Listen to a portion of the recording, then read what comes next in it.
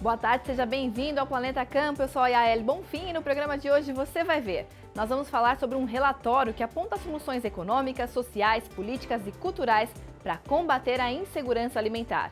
E ainda, projetos socioambientais brasileiros evitaram a emissão de cerca de 147 milhões de toneladas de CO2 ao longo do ano passado, o que equivale ao montante sequestrado por 1 bilhão de árvores. E nós voltamos a falar sobre boas práticas no campo. É o segundo episódio da reportagem sobre os avanços do ESG no agronegócio. Começa agora o Planeta Campo.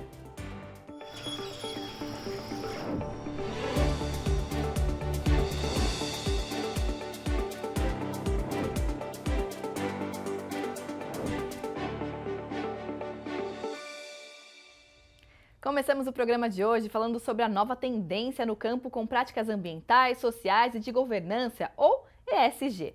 Ontem nós acompanhamos aqui no programa o primeiro episódio falando sobre as mudanças climáticas e o desafio das empresas buscarem desenvolvimento econômico respeitando a sustentabilidade. Hoje a gente continua nesse assunto mostrando exemplos de boas práticas. Vamos ver.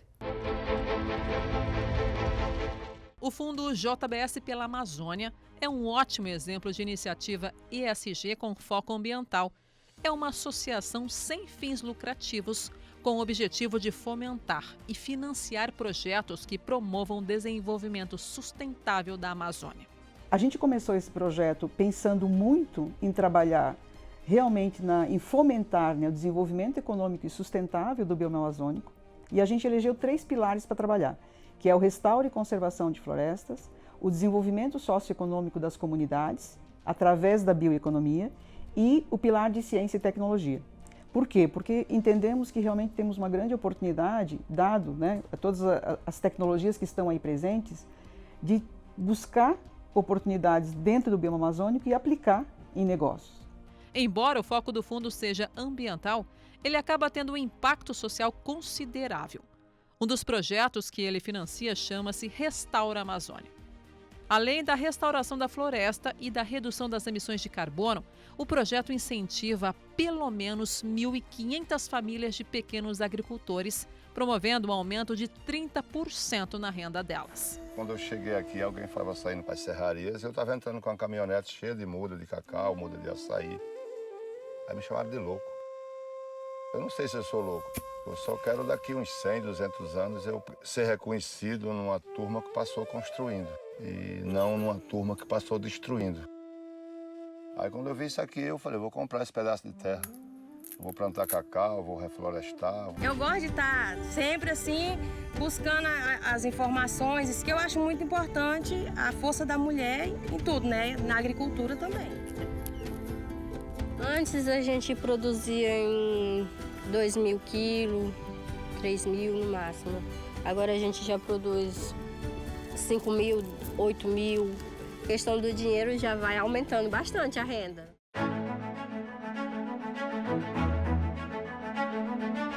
O S do ISG tem muitas oportunidades no agronegócio, né? Então, por exemplo, uma escola que opera numa zona rural, né? De alguma maneira ajudando a capacitar os profissionais de uma cadeia de valor. As empresas participando dessa agenda no que diz respeito à inclusão jovem, uso da tecnologia, o melhor uso da terra, né, voltado a uma agricultura regenerativa. Então, todos esses conhecimentos a serviço de preparar os futuros profissionais da área de agronegócio são iniciativas do S. Em Atibaia, no interior de São Paulo, a Escola IP Amarelo, localizada dentro da Fazenda Santa Emília, tem uma forma diferente de ensinar. O foco é o desenvolvimento humano com um viés sustentável. A gente tem, então, o desejo de que isso seja permeado pela sustentabilidade, tanto do ponto de vista desse respeito e dessa construção que precisa de um atuar conjunto de todos os que se engajam, como também em relação à natureza. E para nós sempre foi um fundamento muito importante que a escola estivesse em um ambiente natural, com tudo aquilo que ele propicia às crianças, como uma experiência concreta de vida, né, de ritmo, de florescer contínuo, mas também que a gente edificasse a escola dessa maneira, respeitando, escutando e se integrando a essas forças. Um projeto como esse tem o sonho de transformar o mundo. O tempo todo a gente aprendendo e ensinando, né? O que a gente pode dar para o mundo, eu acho que é importante a gente dar. Então, se a gente tinha essa terra toda, que seja para um bem da educação, né? Ou um bem para uma comunidade ser mais feliz, para as crianças serem crianças criativas e felizes, né? Para um mundo melhor, né? Eu acredito nesse mundo melhor.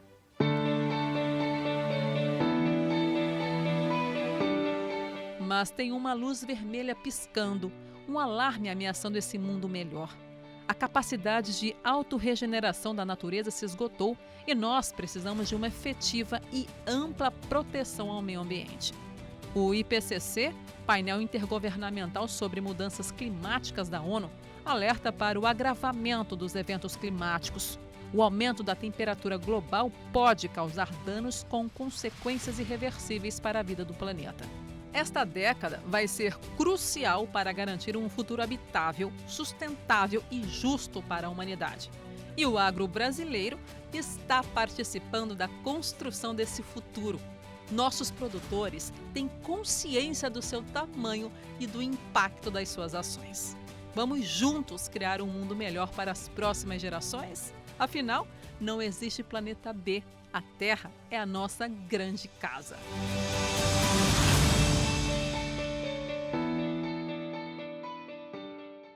Bacana! E mudando de assunto agora, quando a gente fala em segurança alimentar, a gente também está falando de escassez de alimentos, de problemas de abastecimento, produção insuficiente, mudanças climáticas. São muitos os aspectos aí que afetam a insegurança alimentar. Um risco que realmente afeta todo mundo. Muito se fala em combater esse problema e um relatório do GT-USP, Políticas de Combate à Insegurança Alimentar e à Fome, foi apresentado e aí traz 39 propostas de atuação econômica, social, política e cultural para acabar com esse problema ou para ajudar a mitigar um pouquinho os impactos. Quem fala com a gente sobre esse estudo é a Silvia Helena Galvão de Miranda, que é professora titular da Exalc-USP. Seja muito bem-vinda aqui ao nosso programa, Silvia.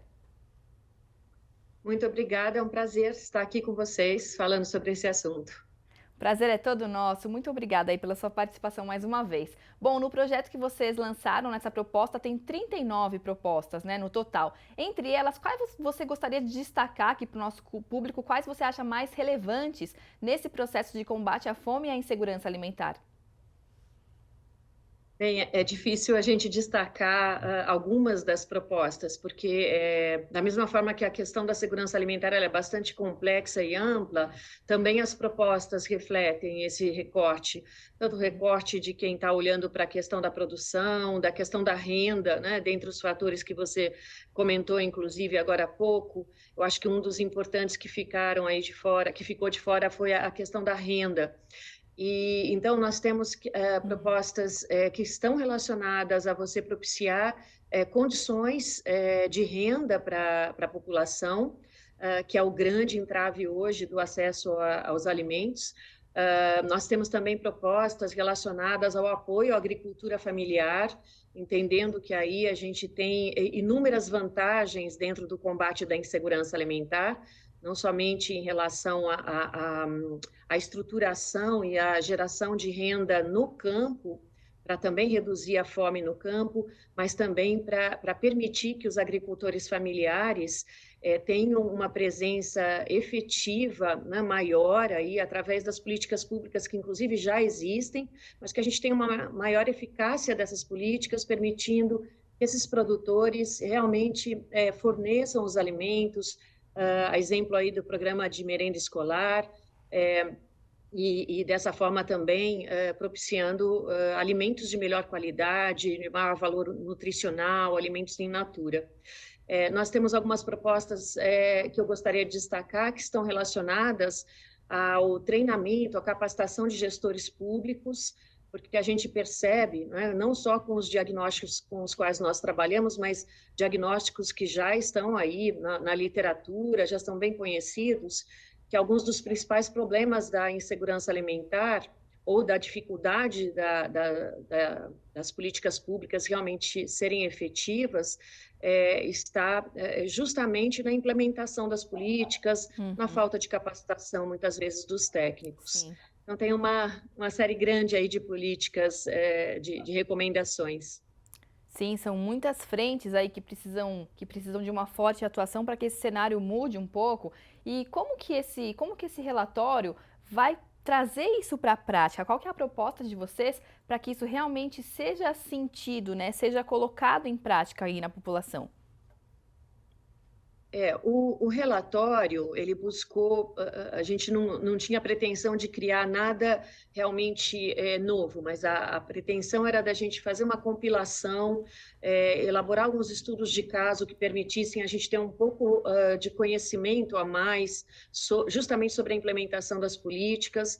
Então, dessa experiência que a gente acumulou aí em cerca de 16 meses de trabalho conjunto, o que nós percebemos é que, para que realmente essas recomendações e outras, inclusive já existentes, elas sejam concretizadas, né, na prática da política pública, é uma maior interlocução com os agentes públicos, no âmbito federal, no âmbito estadual, nos âmbitos municipais, mas também com a sociedade civil.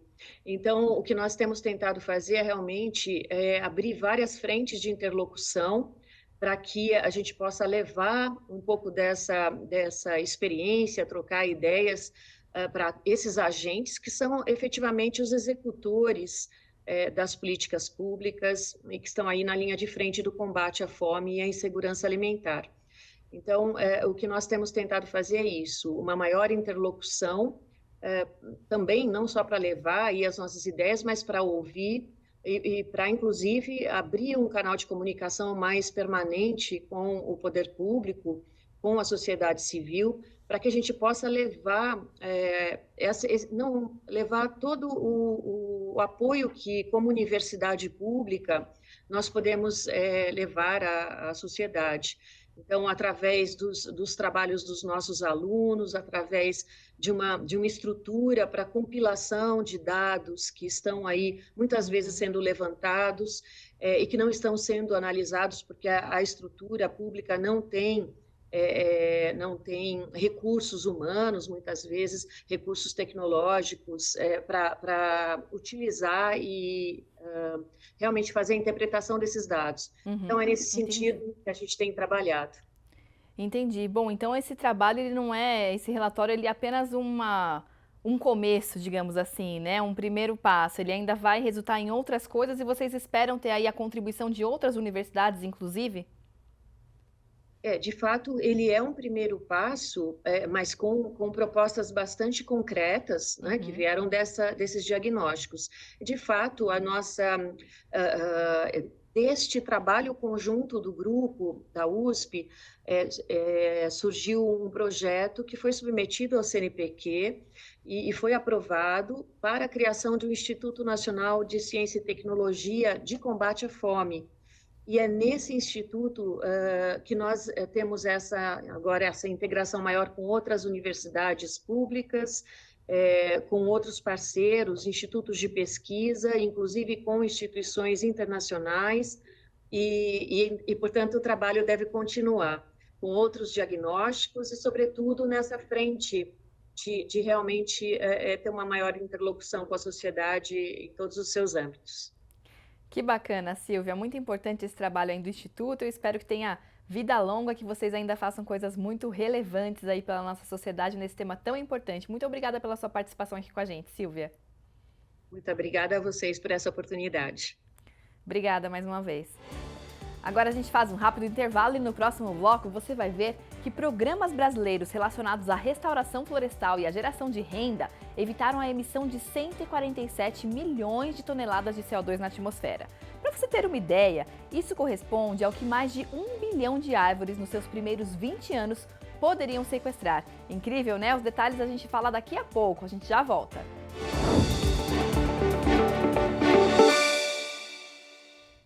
Estamos de volta.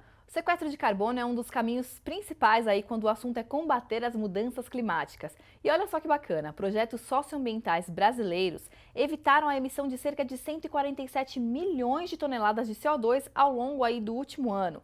Isso equivale ao que mais de 1 bilhão de árvores nos seus primeiros 20 anos poderiam sequestrar.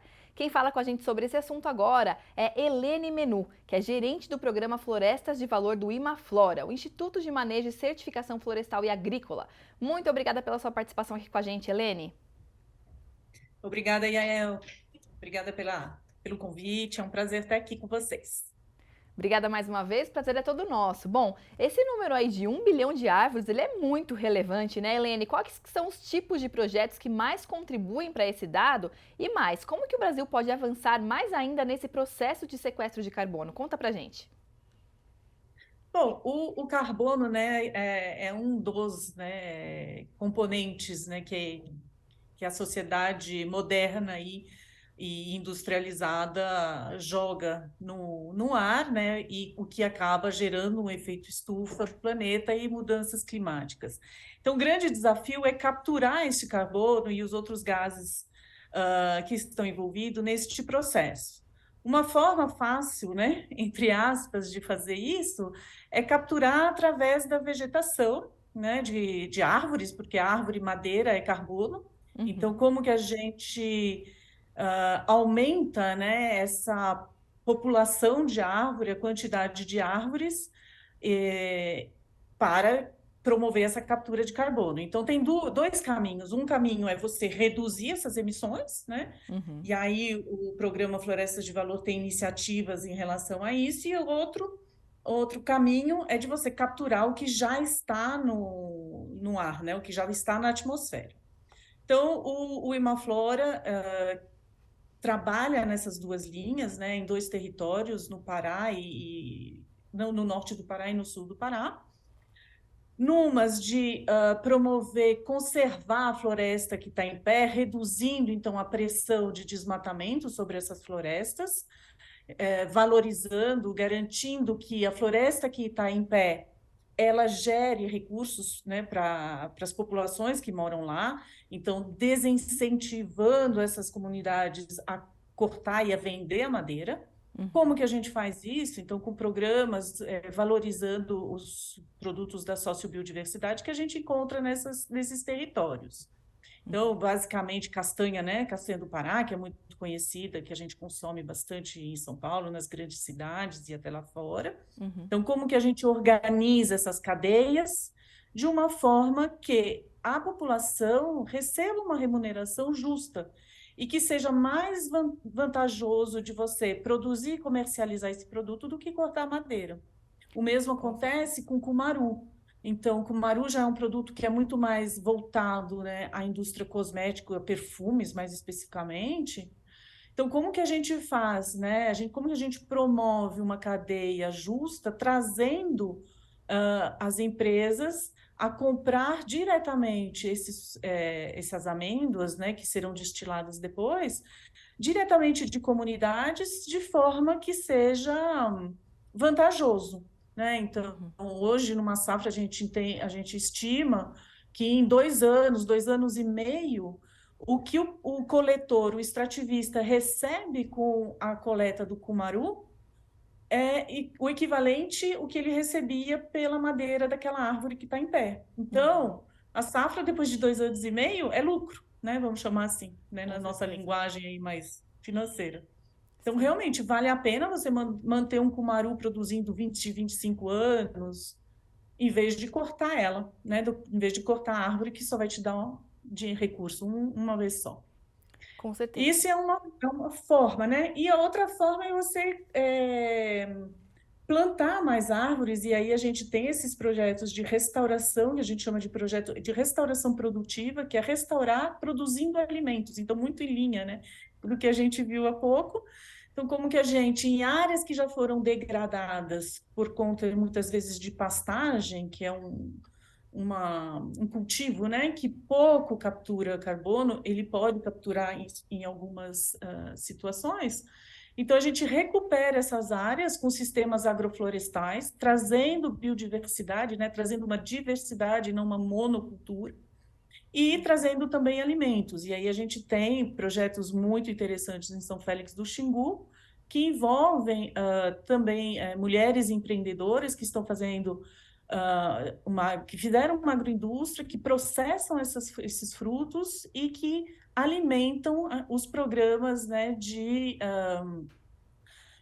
alimentação escolar, a merenda. Então, também a gente acaba impactando numa alimentação saudável para os jovens alunos, respeitando também os hábitos alimentares locais. Então, é bem abrangente, o impacto vai para além do carbono só, né? Com certeza, que projeto bacana, muito legal. E aí você falou aí dessa atuação de vocês em São Félix do Xingu, no Pará, né?